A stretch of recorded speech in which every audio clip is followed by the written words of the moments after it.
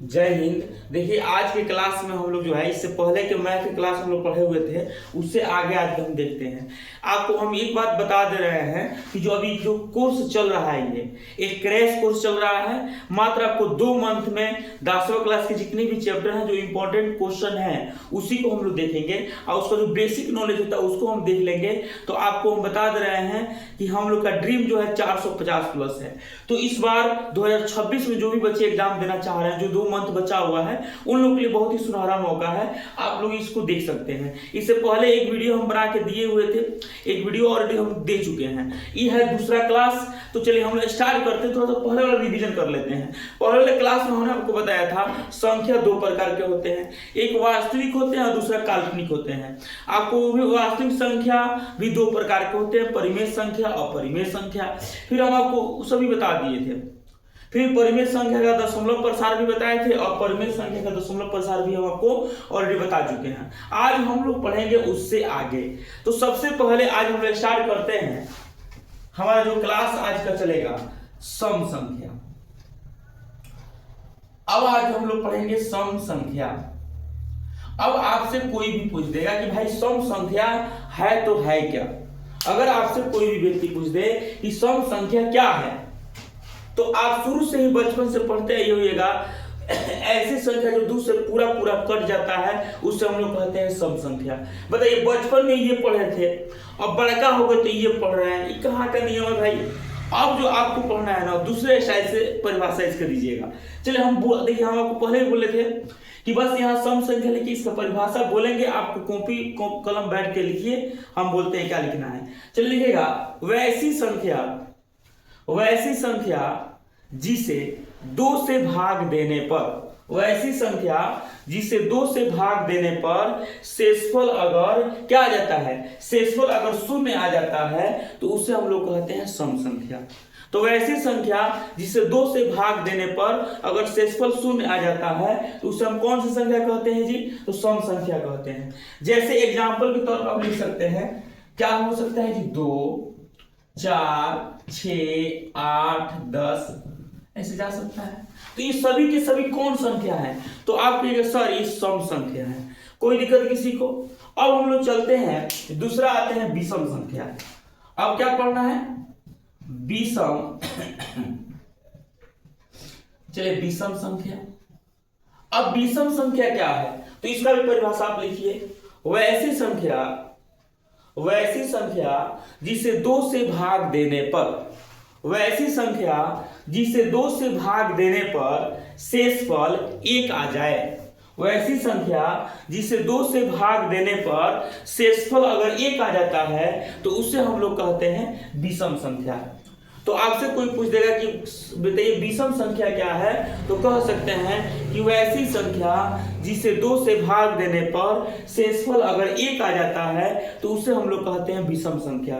जैसे में क्या लिख सकते हैं जी आप लोग, तो 1 लिख सकते हैं, 3 लिख सकते हैं, 5 लिख सकते हैं, 7 9 ऐसे चला जाएगा, कोई दिक्कत। तो सम संख्या और विषम संख्या में आप लोगों को कोई दिक्कत हो तो आप बताइए, कोई दिक्कत नहीं होना चाहिए। चलिए तो अभी हमने आपको बताया कि सम संख्या किसे कहते हैं और विषम संख्या किसे कहते हैं। अब जो आगे हमारा नेक्स्ट टॉपिक जो आपको आ रहा है वो आता है भाज्य संख्या। भाज्य संख्या। अगर आपसे कोई भी व्यक्ति पूछ देगा बाबू बताओ भाज्य संख्या क्या है, तो इसका बहुत ही आसान फॉर्मूला होता है। चलिए हम बोलते हैं, आप लिखिएगा वैसी संख्या, लिखिए वैसी संख्या जो एक, वैसी संख्या जो एक और अपने आप के अलावा, वैसी संख्या जो एक और अपने आप के अलावा किसी और संख्या से भी भाग लग जाता है उसे हम लोग कहते हैं भाज्य संख्या। तो भाज्य संख्या क्या है, तो वैसी संख्या जो एक और अपने आप के अलावा मतलब खुद के अलावा किसी और संख्या से भी भाग लग जाता है उसे हम लोग कहते हैं भाज्य संख्या। आशा करते हैं कि आपको समझ में आ गया होगा। जैसे एग्जांपल में आप लिख सकते हैं, जैसे 4। अब 4 देखिएगा तो बबुआ एगो तो 4 से भाग लग रहा है, खुद से तो भाग लग ही जाता है। 1 से भी कट जाएगा, लेकिन 2 से भी तो कट जा रहा है। 4 हो गया, 6 हो गया, 8 हो गया, 10 हो गया, ये सभी के सभी कौन संख्या है? तो ये सभी के सभी जो अब वो है वो भाज्य संख्या है। कोई दिक्कत? चलिए, आशा करते हैं कि समझ गए होंगे। अब आता है अभाज्य संख्या। अभाज्य संख्या, अगर आपसे कोई भी व्यक्ति पूछे कि भाई बताओ अभाज्य संख्या क्या है, तो इसका बहुत ही शॉर्टकट फॉर्मूला होता है, या डिफिनेशन भी पहले सुन लीजिए। देखिए, वैसी संख्या जो एक और खुद के अलावा किसी और संख्या से भाग लगबे ना करे, यानी ऐसी संख्या जो एक आ खुद के अलावा दूसरा कोनो संख्या से अगर भाग नहीं लागत तो ओकरे कहल जाला अभाज्य संख्या। परिभाषा बोल देते हैं, लिख लो। वैसी संख्या जो एक तथा खुद के अलावा किसी और संख्या से भाग नहीं लगता है उसे हम लोग कहते हैं अभाज्य संख्या। अब जैसे आपको कोई पूछ देगा एग्जाम्पल में क्या हो सकता है, तो एग्जाम्पल में देखिएगा 2 हो सकता है, ये अपने खुद से कटेगा, नहीं तो 1 से हो जाएगा। उसके बाद आपको 3 भी हो जाएगा, 5 भी हो जाएगा, 7 भी हो जाएगा, ऐसे बहुत सारी संख्या हो जाएगा। तो आपको पता चलेगा कि अभाज्य संख्या किसे कहते हैं और भाज्य संख्या किसे कहते हैं। कोई दिक्कत अगर आपको देखिए, कभी भी देखिएगा ऐसा हम समझा रहे हैं तो आपको कहीं पर भी डाउट अगर लग रहा है कि ना यहाँ पे हमको समझ में नहीं आया, तो एक कमेंट में कमेंट कर दीजिएगा, हम उसको फिर दोबारा वीडियो बना करके आपको डाल दिया जाएगा। ठीक है, ऐसे वैसे तो समझ में आ जाएगा, हम पूरे आपके देहाती भाषा में समझाते हैं। और इसमें क्या समझने वाला है, कोई मैथ तो है नहीं कि आपको इसमें समझने वाला है। चलिए फिर आगे चलते। अब आता है लास्ट, एक डिफिनेशन सुन लीजिए, लास्ट ही है, उसके बाद हम लोग चलते हैं सीधे चैप्टर पे चलेंगे। सह अभाज्य संख्या क्या लिखे हुए हैं, तो सह अभाज्य संख्या। ये क्वेश्चन आपसे पूछेगा कि सह अभाज्य संख्या क्या है, या कोई पूछ दिया कि बाबू बताओ सह अभाज्य संख्या क्या है, तो इसका डिफिनेशन लिखिए आप लोग, परिभाषा लिखिए। वैसी दो संख्याओं का जोड़ा, वैसी दो संख्याओं का जोड़ा जिसका HCF, जिसका क्या है HCF मतलब महत्तम समावर्तक कितना हो, 1 हो। ऐसी दो संख्याओं का जोड़ा जिसका महत्तम समावर्तक यानी HCF 1 हो, उससे हम लोग कहते हैं सह-अभाज्य संख्या। कोई दिक्कत? तो आपसे कोई भी व्यक्ति पूछेगा कि सह-अभाज्य संख्या क्या है, जैसे कोई भी पूछ दिया कि सह-अभाज्य संख्या क्या है, तो आप कह सकते हैं कि ऐसी दो संख्याओं का जोड़ा जिसका महत्तम समावर्तक यानी HCF अगर 1 है तो उससे हम लोग कहते हैं सह-अभाज्य संख्या। कोई दिक्कत? चलिए, अभी हमने आपको बहुत सारा डिफिनेशन जो परिभाषा था वो हमने बता दिया। जितने भी एक चैप्टर जो 10वीं क्लास का एक चैप्टर है, जितने भी उसके मुख्य जो टॉपिक थे, जो बेसिक नॉलेज आपको होना चाहिए पढ़ने के लिए, वो सभी के सभी नॉलेज आपको हमने बता दिया। सभी के सभी परिभाषा भी आपको हमने लिखवा दिया। इससे पहले की वीडियो में भी और इस क्लास में भी जो बचा हुआ था उसको हमने लिखवा दिया। अब जो हम लोग आते हैं, अब सबसे पहले सीखेंगे HCF। क्या निकालना सीखते हैं? HCF। देखिए, HCF मतलब होता है महत्तम समावर्तक। महत्तम समावर्तक क्या होता है HCF मतलब? HCF को मतलब होता है महत्तम समावर्तक। अब HCF क्या होता है? तो हाईएस्ट कॉमन फैक्टर होता है। इसको इंग्लिश में बोलते हैं हाईएस्ट कॉमन फैक्टर यानी महत्तम समावर्तक। कोई दिक्कत? देखिए, अगर आपसे कोई पूछ दे ये 4 और 18 का आप क्या निकालिए? महत्तम समावर्तक निकालिए, मतलब HCF निकालिए। तो आप बचपन में इसका 2 विधि आप लोग पढ़े होइएगा। एक पढ़े होइएगा अभाज्य गुणनखंड विधि। क्या पढ़े होंगे आप लोग? अभाज्य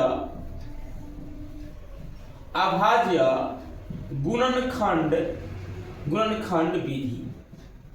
देखिए, अभाज्य गुणनखंड विधि कैसे बनाते हैं थोड़ा सा इसको समझिए। ये समझना बहुत जरूरी है। आप बचपन में ही आपको ये पढ़ लेना चाहिए, लेकिन हम इस समय बता रहे हैं। आपको पता है, अभी मैंने बताया कि महत्तम समावर्तक निकालने की 2 विधि होती है। आप बचपन से ही वही विधि पढ़ते आए हुए हैं, पहला होता है अभाज्य गुणनखंड विधि। अब क्या होता है, तो यहाँ 4 लिखते हैं। अब 4 को तोड़िए, कैसे तोड़ सकते हैं जी? 2 दूना 4 हो सकता है। 18 को कैसे तोड़ सकते हैं? तो ऐसे तोड़ सकते हैं जी हम लोग 2 तिहाई 6, 6 3 का 18। कहिएगा सर ये तो आपने छोटा रूप था। एक चीज और होता है, अगर आपको ऐसे भी तोड़ने नहीं आता है तो आपको ये चीज आता है ना, 4 लिखिए। 2 दूना कितना होता है? 4। 2 को 2 है, मैंने यहाँ पे 2 को 2 लिख दिया। अगर आपको ये तोड़ने नहीं आता है 18, तो ऐसे तोड़िए। 2 9 18 और 3 3 का 9, वही चीज मैंने यहाँ पे लिख दिया। कोई दिक्कत समझ में आ रहा है ना? बताइए किसको समझ में नहीं आ रहा है? जिसको समझ में नहीं आ रहा है कमेंट बॉक्स में आंसर दिए, कमेंट बॉक्स जरूर कमेंट में दीजिए, तो कमेंट करिए। तो अगर आपको ये समझ में नहीं आ रहा है तो वीडियो को थोड़ा सा पीछे करके देख लीजिएगा। अब बताइए इतना आसान चीज नहीं समझ में आएगा तो फिर तुमको क्या समझ में आएगा? इसका मतलब तुम टाइम पास कर रहा है, अपने बाप का पैसा उड़ा रहा है तुम है? चलो तो आशा करते हैं कि समझ गया होगा। अब ये बताओ बबुआ, ये 4 का गुणनखंड तुमने निकाला और 18 का निकाल दिया, दोनों में कौन ऐसा अंक है जो दोनों में है? तो ये सर यहाँ पर भी 2 है और इसमें भी 2 है, तो बबुआ इसका HCF जो हो जाएगा ना, यानी महत्तम समवर्तक 2 हो जाएगा। आया समझ में? यानी हम 4 का गुणनखंड किए यहाँ पे, ऐसे 2 गुने 2 यहाँ लिख दिए, 2 दूना 4 हो गया। अब देखिए यहाँ पे इसको हमने तोड़ा 18 को, तो 2 3 6 6 3 का 18, देखो 2 3 6 6 3 का 18 हो गया। अब दोनों में देखेंगे कौन ऐसा अंक है जो दोनों में है, तो देखिए सर दोनों में 2 यहाँ दिख रहा है, तो वही हमारा क्या हो जाता है? HCF हो जाता है, यानी वही मेरा महत्तम समवर्तक हो जाता है। तो आपको आशा करते हैं कि अभाज्य गुणनखंड विधि जो है, ये जो आपको अभी हम इसमें बता रहे हैं वो आपको समझ में आ गया होगा। समझ में आया है कि नहीं आया है? और नहीं आया है तो तुम्हारी गलती है उसमें। चलिए अभी मैंने बताया कि महत्तम समवर्तक निकालने का 2 विधि होता है। पहला अभाज्य गुणनखंड विधि होता है जो आपको मैंने बता दिया। अब दूसरा विधि क्या होता है? आपके मन में खलबली हो रही होगी ना, तो आओ बाबू, दूसरा विधि जो होता है ना बबुआ, भाग विधि होता है। कौन विधि होता है जी? दूसरा जो विधि होता है बबुआ, भाग विधि होता है। दूसरा कौन विधि होता है? तो कहिएगा सर दूसरा जो होता है बबुआ भाग विधि होता है। अब भाग विधि में कैसे? तो वो भाग देवे आवेला नु। अच्छा मतलब हैगा भाग देले वाला कि ना देले हो बबुआ? अच्छा 4 और 18 में सबसे बड़ा अंक कौन दिखता? तेरे जो सबसे बड़ा होला नु ओकरा के हेजा लिख दिया, ठीक बा? हर 4 छोटा मतलब एकरा से कौन सी दे हो? भाग दे दिए। अब बताओ 4 के पहाड़ा में का 18 आई, बोलो अननु आई, तो ओकरा से कौन कितना है? तो कहोगा कि सर 4 चौका 16 लिखिए ना, तो 4 चौका हमने 16 लिख दिया। अब बताइए यहाँ 8 में से 6 जाएगा, कितना हो जाएगा? 2। और 1 1 क्या हो जाएगा? 0। तो मतलब हम घटाते हैं यहाँ पे, तो यहाँ 2 हो गया। अब क्या करेंगे? फिर यहाँ पे एक ऐसा निशान दे देंगे, और ये 4 जो है ना जिसे भाग दिए हैं, ये 4 ला करके यहाँ रख देंगे। 2 दूना 4, यानी कितना हो गया? 0। यानी जब यहाँ पे 0 आ गया, यानी शेषफल 0 आ गया, तो जिससे हम भाग दिए रहते हैं, ये वाला जो 2 है, यही मेरा क्या हो जाता है? HCF हो जाता है। HCF कितना हो जाएगा इसका? 2 हो जाएगा। तो आपको मैंने महत्तम समवर्तक निकालने की 2 विधि था, दोनों विधि से हम आपको बता दिए। क्या इस दोनों विधि में कोई कंफ्यूजन, कोई डाउट है आपको?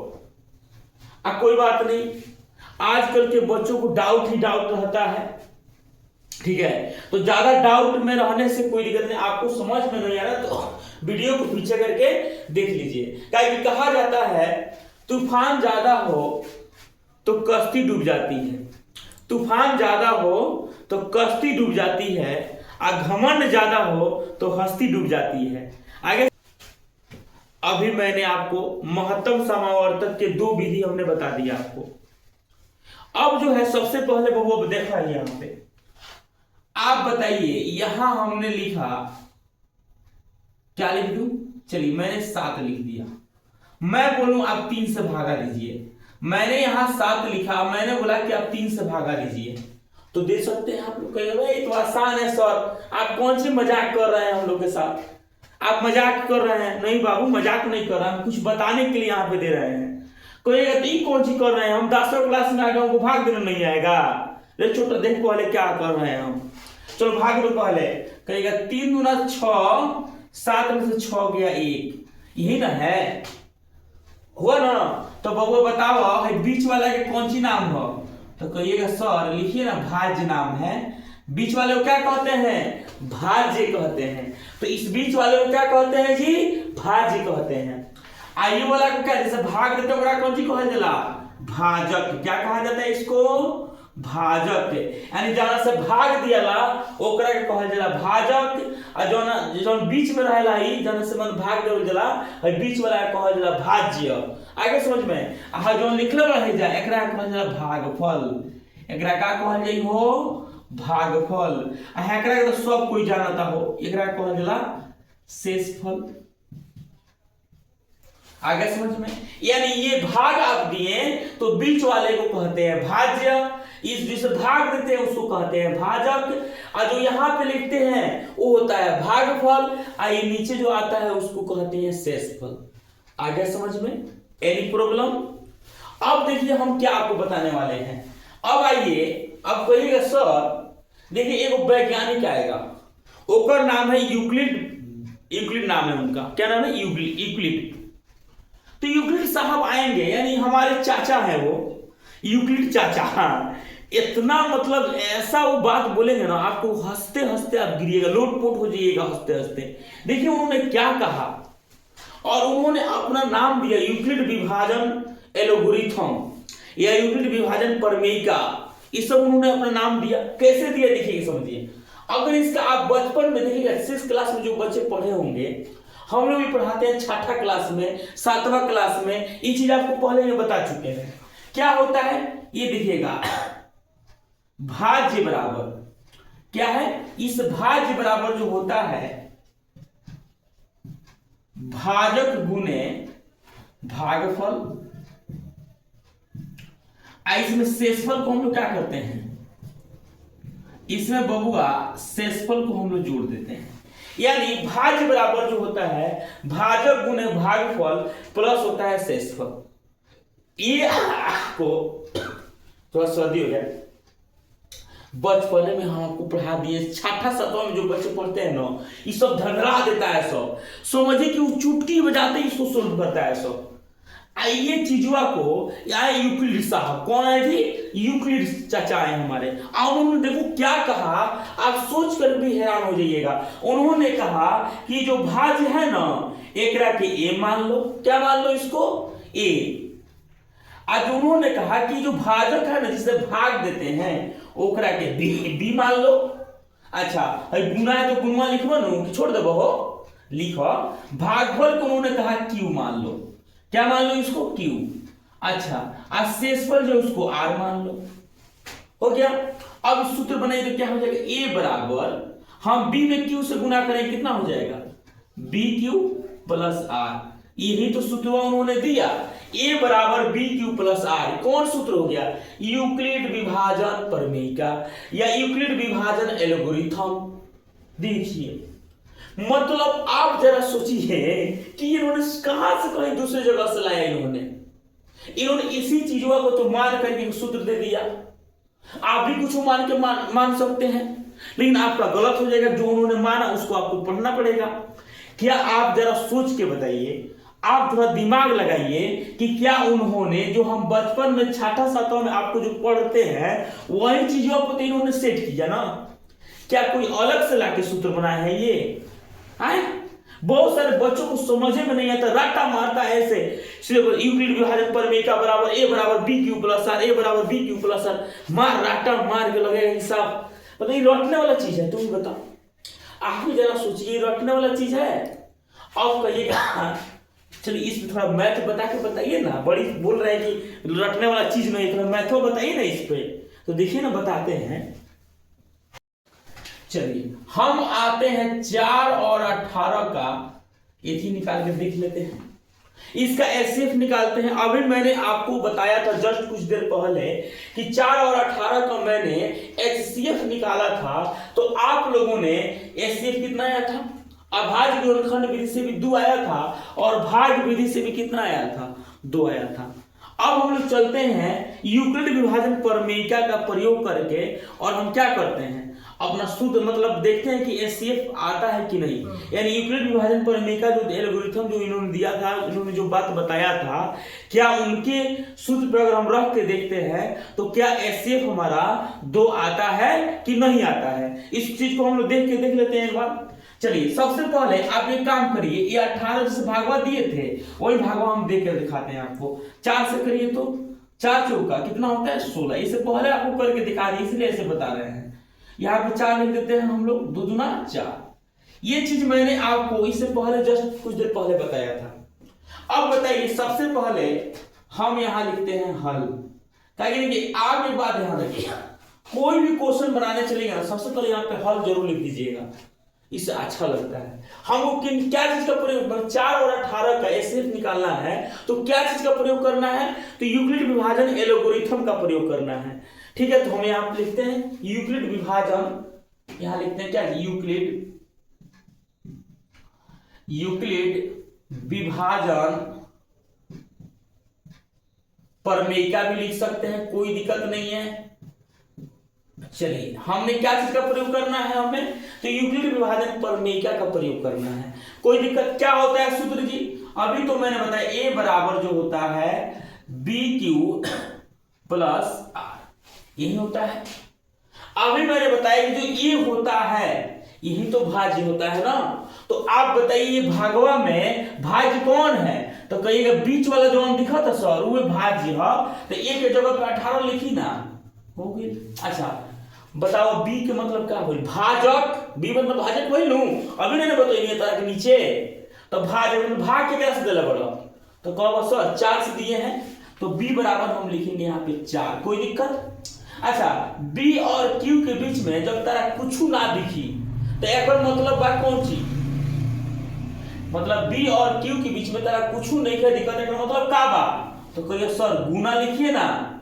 अच्छा क्यू मतलब भागफल, क्यू मतलब भागफल, मतलब भागफल कितना है बा भाई ना भागफल है, तो क्यू की जगह पे तो 4 लिख दो, प्लस है तो प्लस। आर मतलब होता है शेषफल, अब वो शेषफल कितना आइल तो है 2 आई बनी तो है 2 लिख दो, कोनो दिक्कत।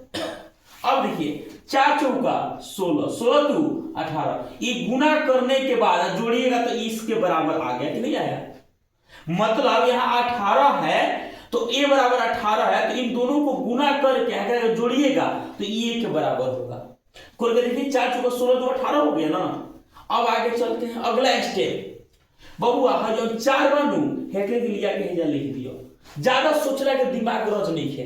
हई जो यहाँ बराबर के बाद जो नहीं अंक दिखी वो बी हो, अब बी के लाके नीचे सबसे पहले लिख दियो, हाई बराबर मतलब बराबर लिख दिया, कोनो दिक्कत। अब देखे जे भाग कोई बनू एमे 4 कहां हो, ये बीच वाला हो है नु हो, तो इतनी बताओ एमे भाग कितना से देला बड़ा, तो 2 से, तो है बी के जगह पे यहां लिख दिया 2, ठीक है। अब बी और क्यू के बीच में कुछ नहीं, क्या मानबो गुना। अच्छा क्यू का मान कितना है तो है नु हो, तो हेजा लिख दो 2, ठीक है। अब प्लस शेषफल कितना है 0। अब बताइए हो गया।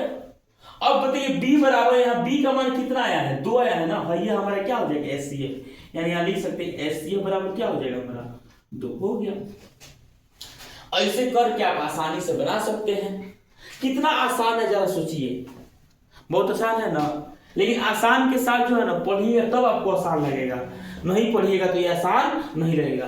तो जितने भी आपको मैंने अभी चैप्टर स्टार्ट नहीं किया और आपको जितना बताया है ना, अभी थोड़ा सा हम चले हैं, अब एक क्लास और आपको लगेगा 1.1% एक चैप्टर समाप्त करने में भी आपको 5-6 क्लास लगेगा। अभी तो दूसरा क्लास है, हम ज्यादा लंबा वीडियो नहीं करना चाहते कि छोटा मोटा वीडियो बना रहे हैं, आपका सपोर्ट रहा तो और बड़ा बड़ा वीडियो हम लोग बनाएंगे, ठीक है। कहा जाता है ना कागज से सीखा है, ना कलम से सीखा है, ना किताब से सीखा है, ना मैंने कागज से सीखा है, ना मैंने किताब से सीखा है, और ना ही मैंने कलम से सीखा है, मैंने जिंदगी जीने का हुनर अपने बाप से सीखा है, ठीक है। तो चलिए आशा करते हैं कि आपको समझ में आ गया होगा। चलिए फिर मिलते हैं हम लोग नेक्स्ट क्लास में, अभी के लिए जय हिंद।